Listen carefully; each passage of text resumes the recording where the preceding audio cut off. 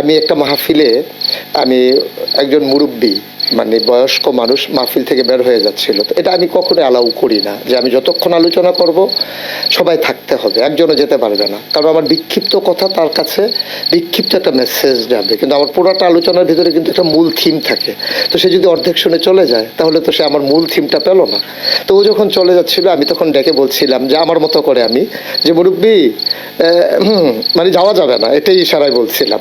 তো এটাই ভাবে যে আপনার ছেলেরা এইভাবে নেবে এটাই বুঝি নাই। তো এটার ভিতরে ওরা একটা আনন্দ খুঁজে পেয়েছে, এবং সরকারের বদল হওয়ার কারণে এখন যে সমস্ত মানুষগুলো মুরব্বীর কাতারে ছিল যারা যখন পালিয়ে যাচ্ছে সেখানে ওই কথাটা চলে যায়, এটা যায় প্রসঙ্গক্রমেই যায়। এবং আমি একটা কথা বলেছিলাম যে এক লোক বের হয়েছে দাড়ি টাড়ি কামাই একবারে সমান, এখন সালমান এফ রহমান যখন দাড়ি কামিয়ে ফেলেছে তখন আমার কথাটা ওর সাথে হুবহু মিলে গেছে। আমি কিন্তু সালমান এফ রহমানের দাড়ি কামানো দেখে ওয়াজ করিনি, ওয়াজ করেছিলাম আগে, আর প্রসঙ্গ তো মিলে গেছে এখন এসে। তো এখন যখন যাই আমার গ্রামে হোক বাইরে হোক শহরে হোক, আমি দেখি রিক্সার পেছনে লেখা মুরব্বী, তারপরে আমার ছেলেরা যখন গ্রাফিতি করেছে ওয়ালে ওয়ালে সেখানে লেখা আছে, তারপরে সোশ্যাল মিডিয়া আপনি যদি 100 রিলস দেখেন সেখানে দেখবেন 50টা রিলস হচ্ছে মুরব্বী। তারপরে আমি আজকে গতকালকে আমি গাড়িতে বসে বসে দেখছিলাম যে বিদেশি একটা লোক, তারে বোধহয় বাংলাদেশের কোনো একটা লোক শিখিয়ে দিয়েছে, সে আরবির সাথে মিশিয়ে বলতেছে মুরব্বী মুরব্বী, মানে ওটা বুঝতে পারছে এটা একটা আনন্দ ঘন বিষয়। এটা নিয়ে আসলে আমরা তো খুব দুঃখী মানুষ, বাংলাদেশের মানুষ, আমরা আনন্দের উপলক্ষ খুব কম পাই। মানুষগুলো যখন গুম হয়ে গেল, বাচ্চাগুলো ঈদের দিন সকালবেলা নতুন জামা কাপড় পরে অপেক্ষায় আছে, বাবা আসলে আঙ্গুলে ধরে ধরে ঈদগাহে যাবে। আপনি বুঝবেন তার বেদনা, আপনি বুঝবেন তার না পাওয়ার কি চাওয়া। বাচ্চাটা কাপড় পরে মা সাজিয়ে দিয়েছেন, যাচ্ছে না, বাবা আসলে আঙ্গুলে ধরে ধরে ঈদগাহতে যাবে। স্ত্রী জানে না তার স্বামী আছে নাকি নাই, আর সে ছোট্ট সন্তান হয়তো মনে করেছে কোনো কারণে বাবা দূরে আছে, আসবে আঙ্গুলে ধরে ধরে ঈদগাহতে নিয়ে যাবে। আমরা দুঃখী মানুষ, ঈদগুলো আমাদের এভাবেই গেছে গত 15টা বছর। অনেক মানুষ গুম হওয়া, সে মানুষগুলো সন্তানগুলো ঈদের আনন্দ বুঝেনি, বিধবা না হয়েও বিধবার স্বাদ গ্রহণ করেছে আমার দেশের মায়েরা।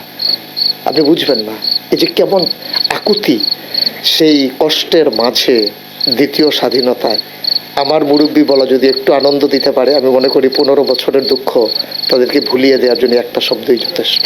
এই সময়ের যারা তরুণ মুরব্বীরা আছে তাদের উদ্দেশ্যে ছোট্ট একটা বার্তা দিবেন। আমি মনে করি যে যেদিন গেছে একেবারেই গেছে, কিছুই তার নেই বাকি।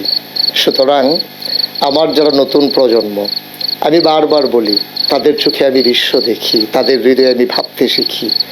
সুতরাং আমাকে যারা ফলো করে, আমার কথায় যারা আনন্দ পায়, আমার বেদনার্থ কথাগুলো যাদের হৃদয়ে রক্তক্ষরণ ঘটিয়ে চোখে অশ্রু হয়ে ঝরে পড়ে, আমি তাদের জন্যে এই চ্যানেল এর মাধ্যমে আমার বার্তা হচ্ছে আমরা জেগে উঠি, আমরা গর্জে উঠি, আমরা জানিয়ে দিই আমরা ছিলাম, আমরা আছি, আমরাই থাকবো ইনশাআল্লাহ। আর এই ভবিষ্যৎ বাংলাদেশ বিনির্মাণে আমার এই ছেলেগুলো, আমার এই ভবিষ্যৎ প্রজন্ম তারা এগিয়ে যাবে সম্মুখ পানে। এখানে কোনো সংকোচ নাই, কোনো এখানে হৃদয়ের উষ্ণ ভালোবাসা বিলিয়ে দিতে কোনো কৃপণতা নাই।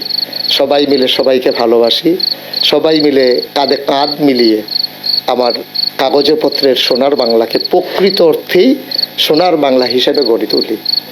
মুরব্বী মুরব্বী যেমন করে বলেছিলাম ওঠা যাবে না, আমি যুবকদেরকে বলি হে যুবক তুমি এগিয়ে যাও সম্মুখ পানে, থেমে যাওয়া যাবে না। মুরব্বীকে যেমন বলেছিলাম উঠে যাওয়া যাবে না, আর যুবকদেরকে বলি আগানোর ক্ষেত্রে নো কম্প্রোমাইজ, থেমে যাওয়া যাবে না, আগাতে হবেই আমাদেরকে ইনশাআল্লাহ।